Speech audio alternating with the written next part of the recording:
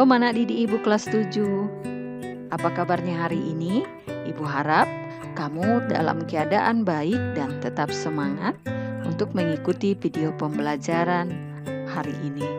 Bersama saya Ibu Silitonga dalam video pembelajaran pendidikan agama Kristen dan budi pekerti. Untuk pertemuan kita kali ini, kita sudah memasuki bab 9 di semester kedua ini dengan judul Solidar terhadap teman dan sahabat. Ibu harap anak didik Ibu sudah mempersiapkan diri dan juga sudah mempersiapkan alat-alat yang kamu butuhkan agar bisa mengikuti video pembelajaran ini dengan baik. Nah, sebelum kita memasuki pembahasan materi, ada baiknya kita berdoa terlebih dahulu. Ibu yang akan pimpin dalam doa. Marilah kita berdoa. Terima kasih Allah Bapa yang bertata dalam kerajaan sorga, buat kasih dan penyertaan Tuhan yang kami rasakan hingga pada saat ini. Dan pada saat ini Bapa, kami akan melaksanakan pembelajaran kami. Kiranya Tuhan Engkau memberkati proses pembelajaran kami ini. Berkati anak didik kami Bapa, bukakan hati dan pikiran mereka, agar mereka dapat menerima pembelajaran melalui video ini. Terima kasih Bapa, hanya di dalam nama Anak-Mu Tuhan Yesus kami berdoa dan bersyukur. Amin. Yang menjadi bahan Alkitab kita untuk materi kali ini adalah Lukas 5 ayat 1 sampai 11, Lukas 6 ayat 1 sampai 5, dan Lukas 9 ayat 6 sampai 40. Ibu harap anak didik kami semua membuka Alkitabnya dan kamu baca ayat-ayat ini.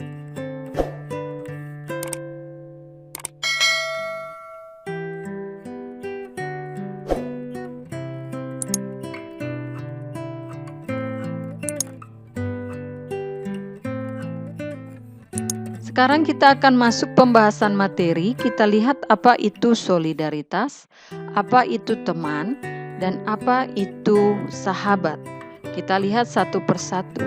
Solidaritas adalah berbela rasa pada sesama, menunjukkan simpati dan empati kepada sesama. Teman adalah seseorang yang kita kenal dan dapat kita ajak untuk melakukan banyak hal bersama-sama, baik belajar maupun bermain. Sedangkan sahabat adalah seseorang yang kita percayai untuk saling berbagi dan mencurahkan isi hati kita, dan kita percayai untuk menyimpan rahasia kita. Sekarang kita masuk makna solidaritas dalam pertemanan dan persahabatan. Untuk mengetahui dan agar kamu semakin mengerti apa makna solidaritas dalam pertemanan dan persahabatan, silakan kamu tonton video yang akan Ibu sajikan berikut ini. Itu tentang persahabatan antara Daud dan Yonatan. Daud sahabat Yonatan. Sumber dari Alkitab Perjanjian Lama, Kitab 1 Samuel pasal 18-19. Pada waktu itu, kerajaan Israel dipimpin oleh seorang raja pertama, yaitu Raja Saul. Raja Saul ingin bertemu Daud karena Daud telah menang melawan bangsa Filistin. Karena Daud anak yang patuh, maka Daud pergi menemui Raja Saul. Panglima Abner mengantar Daud untuk menghadap Raja Saul. Raja Saul mempunyai anak namanya Yonatan. Daud berteman dengan Yonatan. Yonatan memberikan baju perang, pedang, panah dan ikat pinggang miliknya kepada Daud. Yonatan sangat mengasihi Daud dan Daud bersahabat dengan Yonatan. Raja Saul menyuruh Daud berperang dengan bangsa Filistin lagi dan Daud menang lagi. Suatu hari, Daud sedang bermain musik kecapi untuk melayani dan didengarkan oleh Raja Saul. Raja Saul merasa iri hati karena Daud lebih hebat, lalu Raja Saul melemparkan tombak untuk tangkap Daud. Daud sangat kaget tapi berhasil menghindari serangan tombak lalu berlari pergi. Yonatan berkata kepada ayahnya Raja Saul bahwa Daud itu anak yang baik, kenapa ditangkap? Yonatan berlari menemui sahabatnya Daud. Yonatan minta maaf jika ayahnya iri hati. Yonatan dan Daud mempunyai satu rahasia, yaitu Yonatan melindungi Daud dan Daud melindungi Yonatan. Ayat hafalan. Seorang sahabat menaruh kasih setiap waktu. Kitab Amsal pasal 17 ayat 17. Belajar dari persahabatan Daud dan Yonatan. Setelah tadi kamu menyaksikan video tentang kisah persahabatan Daud dan Yonatan, kita lihat apa yang bisa kita ambil dari situ. Di dalam Alkitab kita akan menemukan persahabatan sejati, yaitu persahabatan antara Daud dan Yonatan. Alkitab menyatakan, ketika Daud habis berbicara dengan Saul, berpadulah jiwa Yonatan dan jiwa Daud, dan Yonatan mengasihi dia seperti jiwanya sendiri. Bisa kita baca dalam 1 Samuel 18 ayat 1-3. Kata berpadulah artinya terjalin begitu erat dan kuat, tak terpisahkan. Kasih yang terjalin di antara keduanya melebihi kasih saudara kandung. Seorang sahabat menaruh kasih setiap waktu dan menjadi seorang saudara dalam kesukaran. Tertulis dalam Amsal 17 ayat 17. Kasih seorang sahabat tidak melihat rupa, tidak melihat tingkat pendidikan, status ataupun pangkat. Ketika Daud hendak berperang, Yonatan rela menanggalkan baju perangnya dan memberikan kepada Daud. Padahal jubah dan perlengkapan perang adalah lambang kehormatan dan kedudukan. Bukan hanya itu saja, Yonatan juga rela mempertaruhkan nyawanya demi Daud. Ia melindungi Daud dari murka ayahnya. Begitu juga dengan Daud. Meskipun Yonatan telah tiada, tetapi kasih Daud tidak berubah. Setelah Daud menjadi raja, Daud bersedia merawat anak Yonatan, yaitu Mephiboset. Jangan takut, sebab aku pasti akan menunjukkan kasihku kepadamu oleh karena Yonatan ayahmu. Aku akan mengembalikan kepadamu segala ladang Saul nenekmu, dan engkau akan tetap makan sehidangan dengan aku. Itu adalah perkataan Daud kepada anak Yonatan. Kita baca dalam 2 Samuel 9 ayat 7.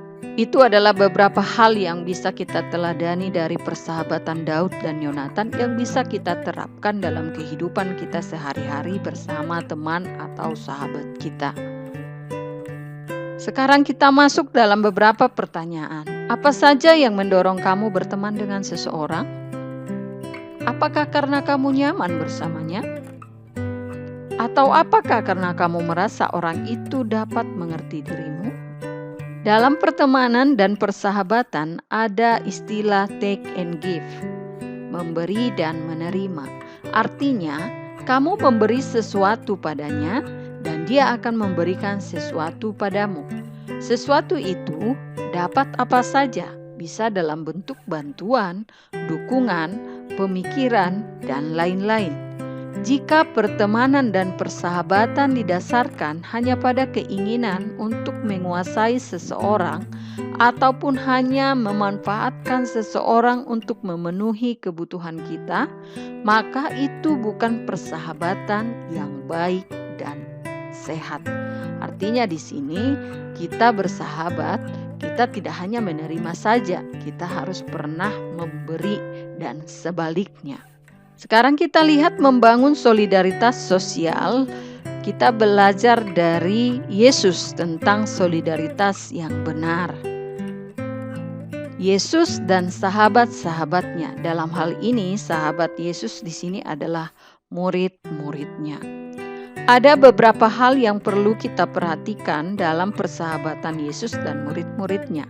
Di antaranya, Yesus selalu berdiri di pihak mereka dan membela mereka. Salah satu contoh, membela dari kecaman orang Farisi ketika murid-muridnya memetik gandum pada hari Sabat.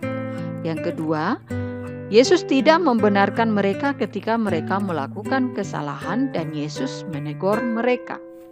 Salah satu contoh ketika anak-anak dibawa ke Yesus dan murid-murid menolaknya, tetapi Yesus menegur mereka.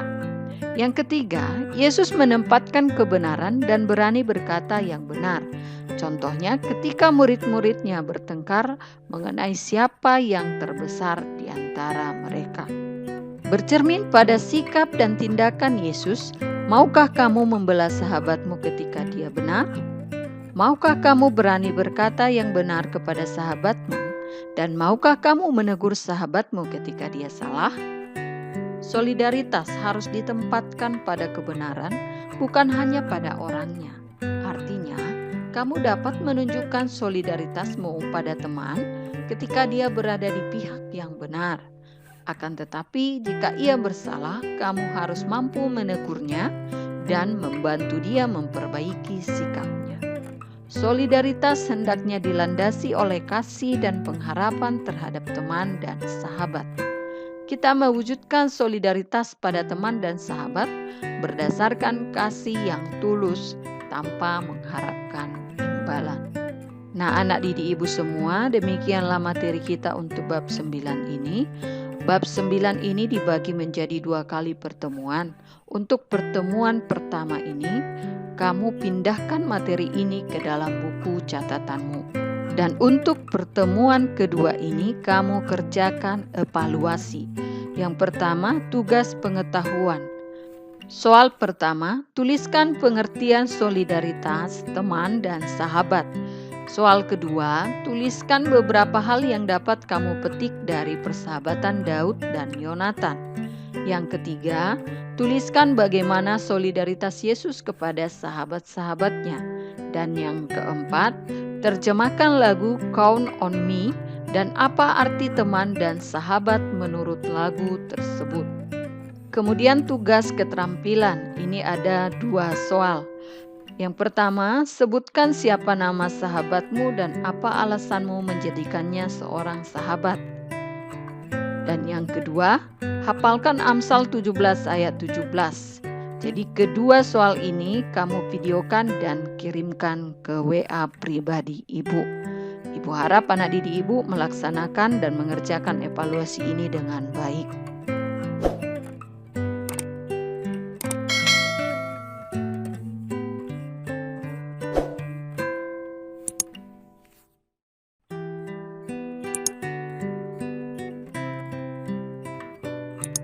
Demikianlah video pembelajaran kita kali ini. Kita akan bertemu kembali dalam video pembelajaran berikutnya.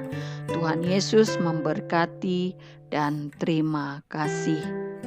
Shalom.